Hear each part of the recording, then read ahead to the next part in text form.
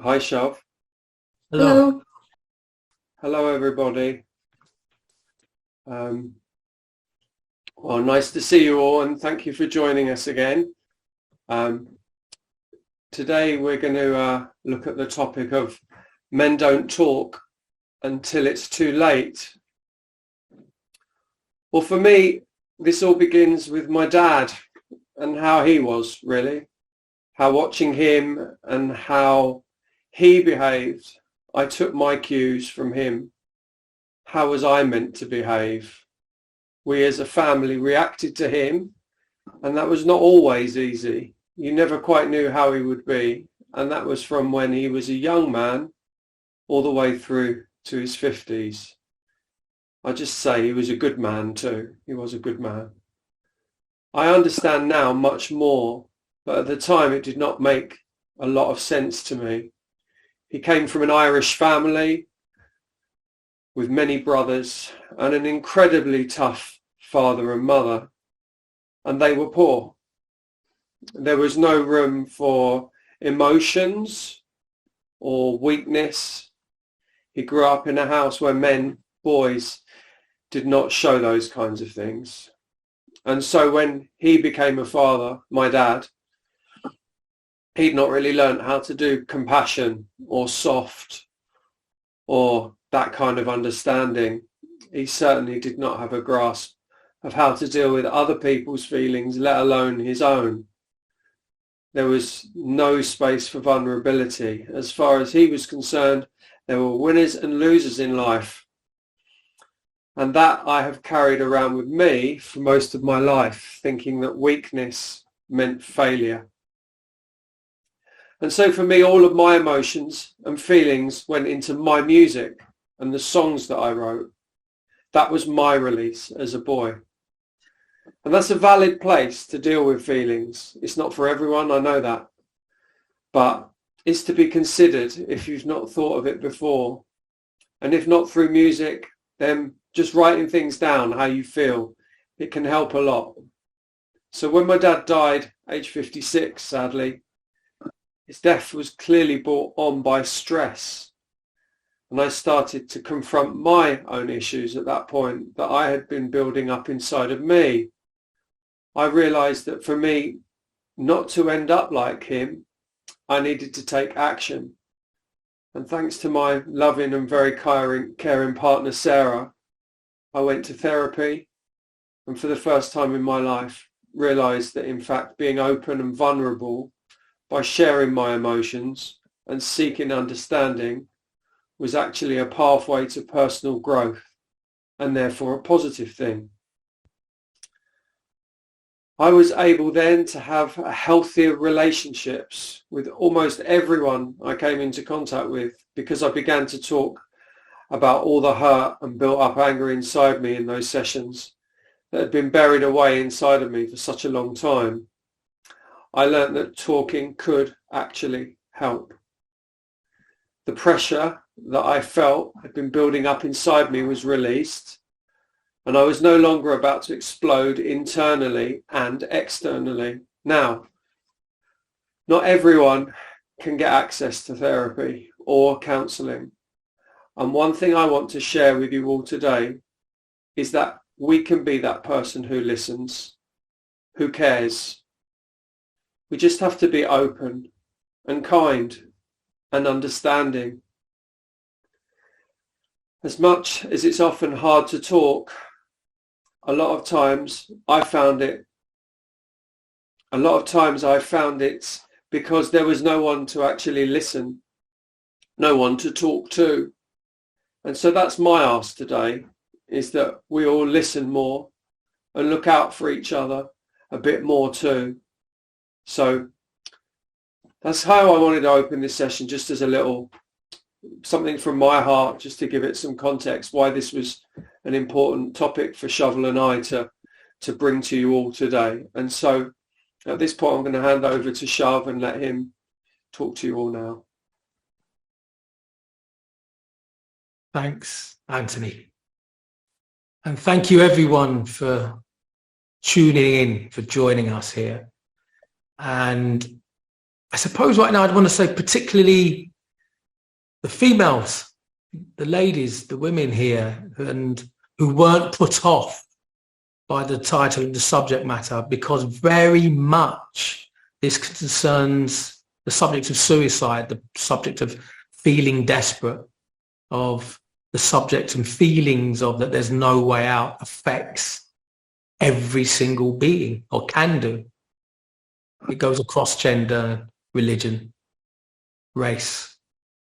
It's just that it seems globally that men have a higher number of deaths, of suicides. And it's linked to men not being used to, as Anthony alluded to, not being shown a way to speak about their innermost feelings of not feeling good, when so many men have to feel they have to be strong, and where vulnerability equals weakness and failure, just exactly as Anthony said.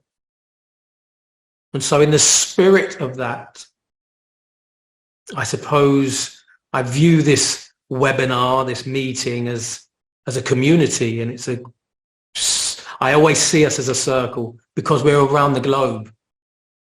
And I love sitting in circles. It's ancient. It's in us, I feel. It's in our DNA that we sit together and we share. So in the spirit of that, I aim to be vulnerable and strong. And I just want to make public that on April the 13th, the year 2000, so just over 23 years ago, and April the 13th always sticks in my mind because I see it as from 2000, I've had 23 bonus years. Because on that day, 23 years ago, Thursday, April the 13th, the year 2000, I came extremely close to taking my own life. From the outside, I was in an incredibly successful position. I was riding a high wave in the music business in an incredibly successful band. But internally, that band had split up several months before in December. I had a relationship which lasted 5 years, ended in the beginning of April. And I found it was to do with my adoption and fostering and my birth mother coming on the scene and realizing that I knew my birth mother all my life, 35 years, and she had never told me she was her birth. So all these three factors flashed massively. And the feeling of being so incredibly alone, so incredibly in pain for so long, every night, every morning, every afternoon, every moment of every moment. And so when we sometimes think of people, why would you do that? It's a coward's way out. And I would say in my own experience, to be in that much pain is my mental health was incredibly challenged. Now, if you think that every 10 of trillions of cells that's in us, its aim is to survive. Every particle in us is about surviving. So when the power of our pain can want to take our own life, that's an incredibly strong force, which is fueled by incredibly terrible, terrifying pain. That one wants to take one's own life out of here.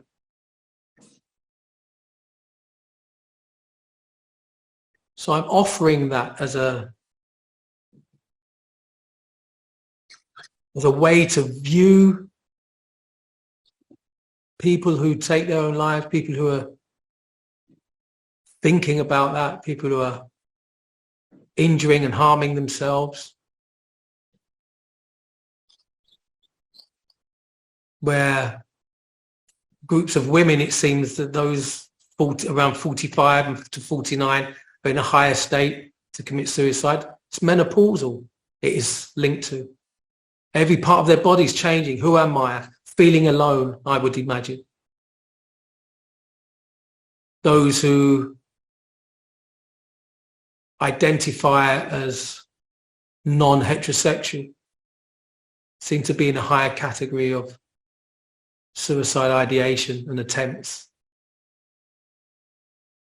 Once again, am I in the group? Am I in the community? Do I feel so outside? I can't be who I am. I feel so alone. And unfortunately, those who are adoptees are 4 times as much to take their own life. Again, who am I? A loss of identity, question marks of where they belong, which goes to the very core of oneself, as I experienced. And to feel that the best way out of our loved ones, those who love and care for us, the best way out is to leave them. And that's the mental illness, that we can convince ourselves we're in so much pain that we can convince ourselves that those who love us are better off without us.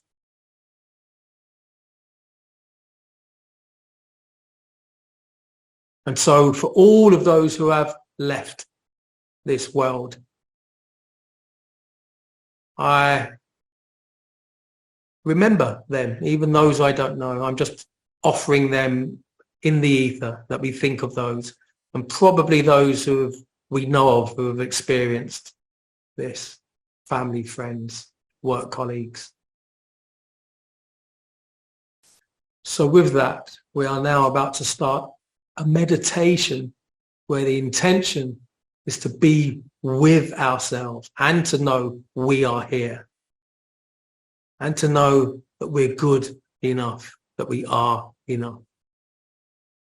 And so I encourage all of us to take some moments to close our eyes, to feel our feet on the surface, and to enter into the meditation. Gladly, happily, comfortably, peacefully, seekingly. So let us start the meditation. Thank you.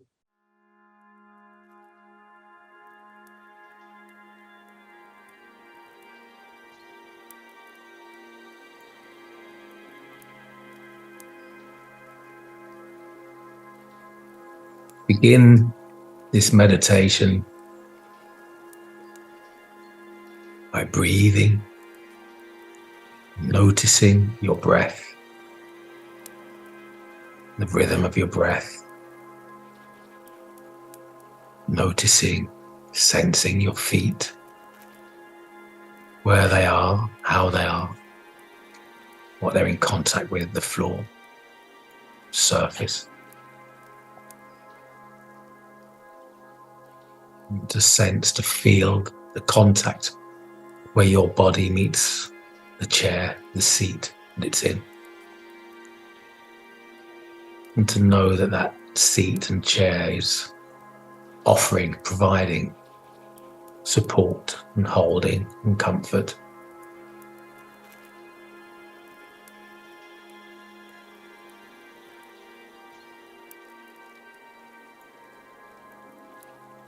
And breathe.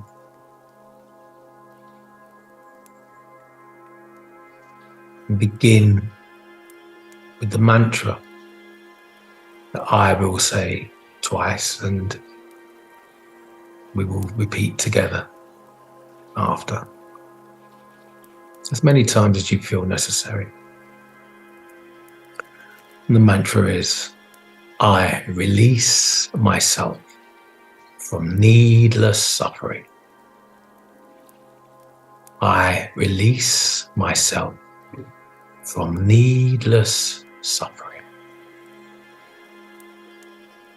To be repeated out loud if possible by yourself. I release myself from needless suffering.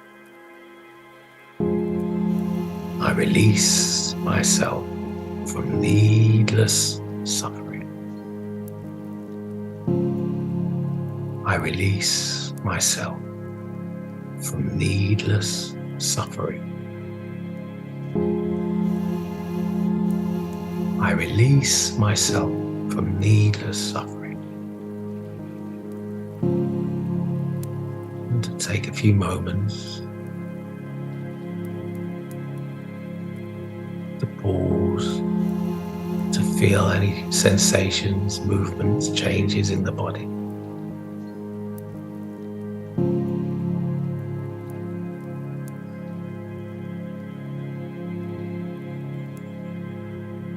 They may be very subtle, a tightness, coldness, a heat, a tenderness, any fizzing or popping, gurgling, yawning, burping. It all starts to bubble up within the body. And if there is such a sensation, a feeling, maybe give that a colour if possible. What colour would that tightness be, that ache, that throb?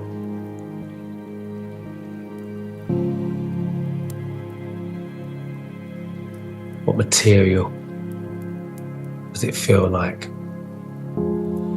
Is it hard or soft? Wood, clay, iron, mud? What could it be? Earth? Anything. What does it feel like to you? What does that pain, that ache, that sensation, what does it feel like to you? What shape might it be? Let me breathe.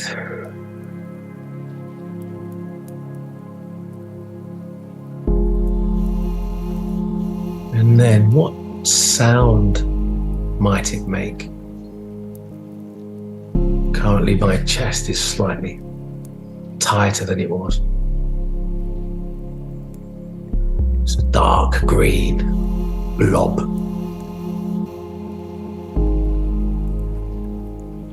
The sound is a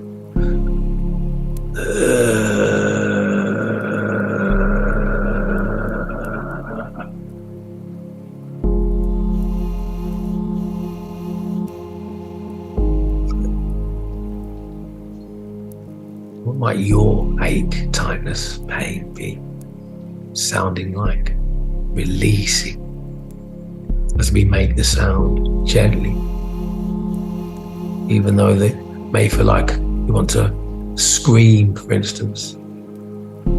The scream would take us out of our control. So we have the energy of a scream, but we keep it low, even silent.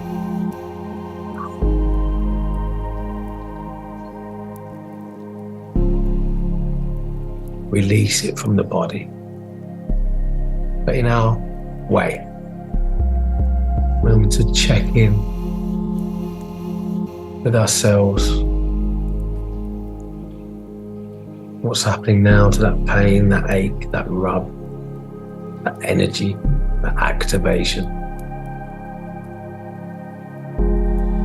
the overriding thoughts, contamination.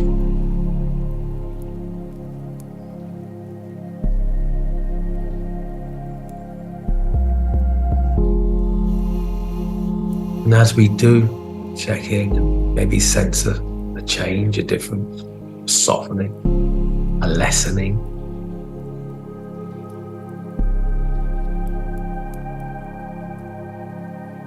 To offer to ourselves some gentleness, some kindness,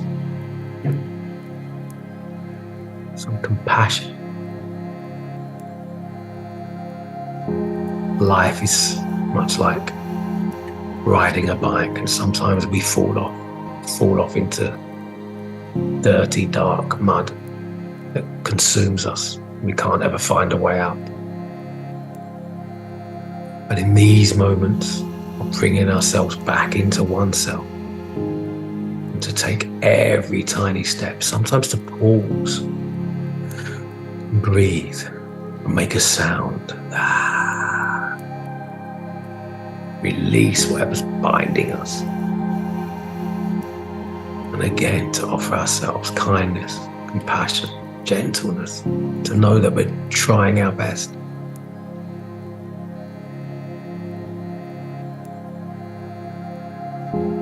That life is difficult, we're trying our best, and to feel that, to send it to our earliest beginnings.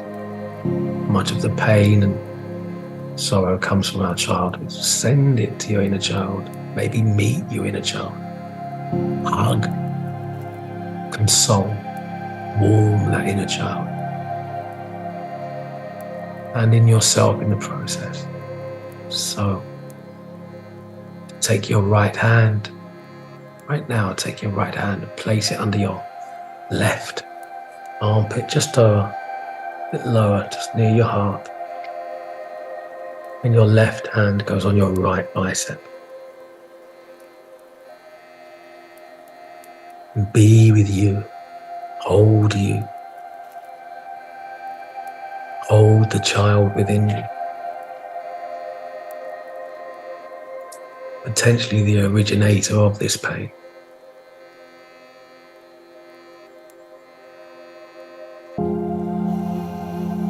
Let them know that you're here.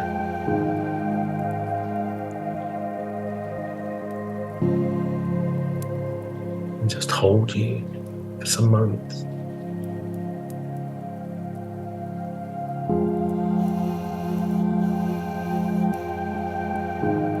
And as I'm just gently moving, if you need to rock or roll, let your body unwind itself.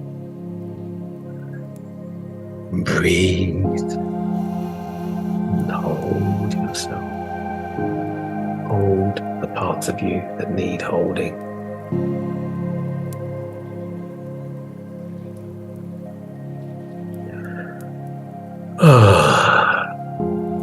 There's the sound I needed to make there. My shoulders drop. I soften.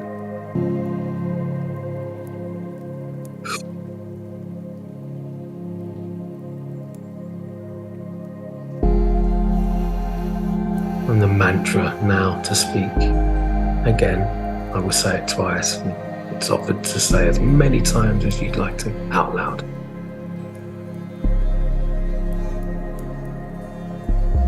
Is I am enough. I am enough. To hold yourself. I am enough. I am enough.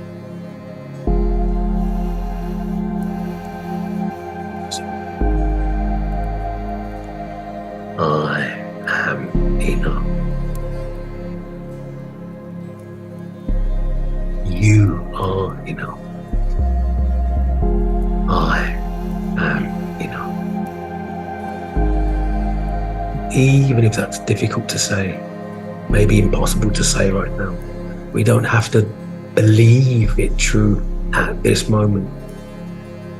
But by saying it, we create the energy, we create the words, we feel it internally, and we can change our purpose, our belief to be, I am enough.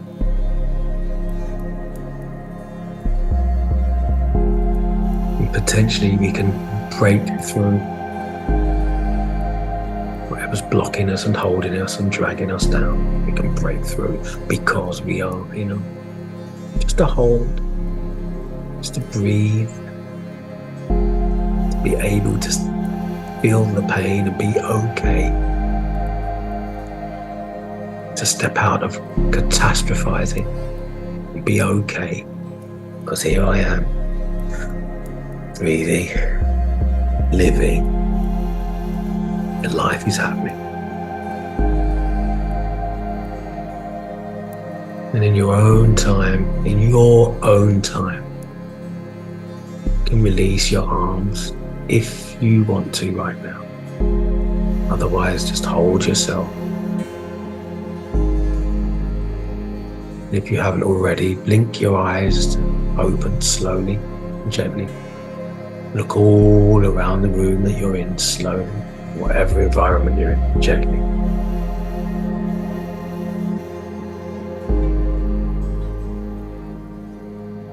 And breathe. And land.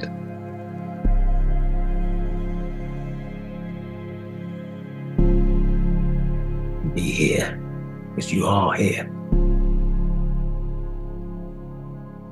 Thank you.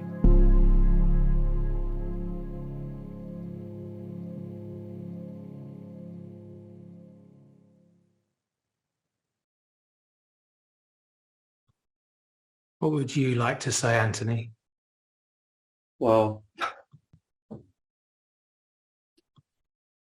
I think about some of the things you suggested there, and just want to share one small thing. Is I ended up in ED on Friday, and I found myself there alone. And as much as I thought I'd never ever do something like what you just did, where you put your hand over like this, I stood in front of the whole room. I mean, just stood up and gave myself a hug because I felt alone and sad and unwell. We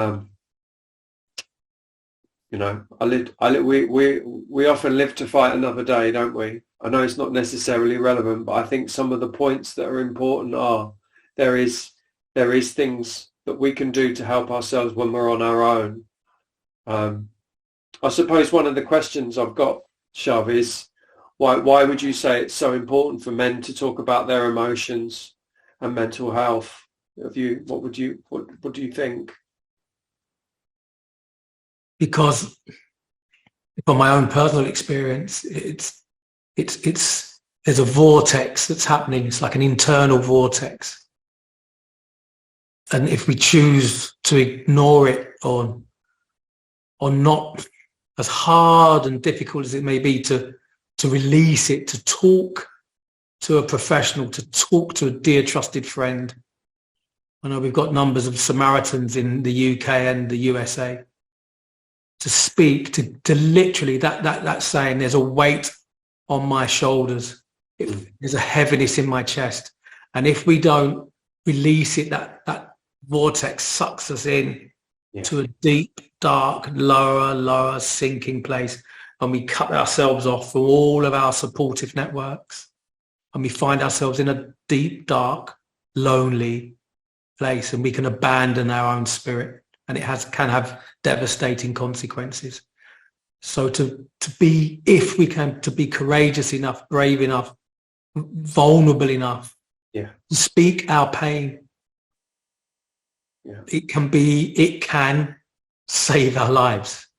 And I speak as someone who went into therapy thinking I'd never go into therapy. Why would I go into therapy? But I did, and it saved my life, and it changed my life for the better. Hence, we're sitting here today promoting well-being, life-saving well-being in all its capacities. Yeah. Well, thank you everyone for joining us today. We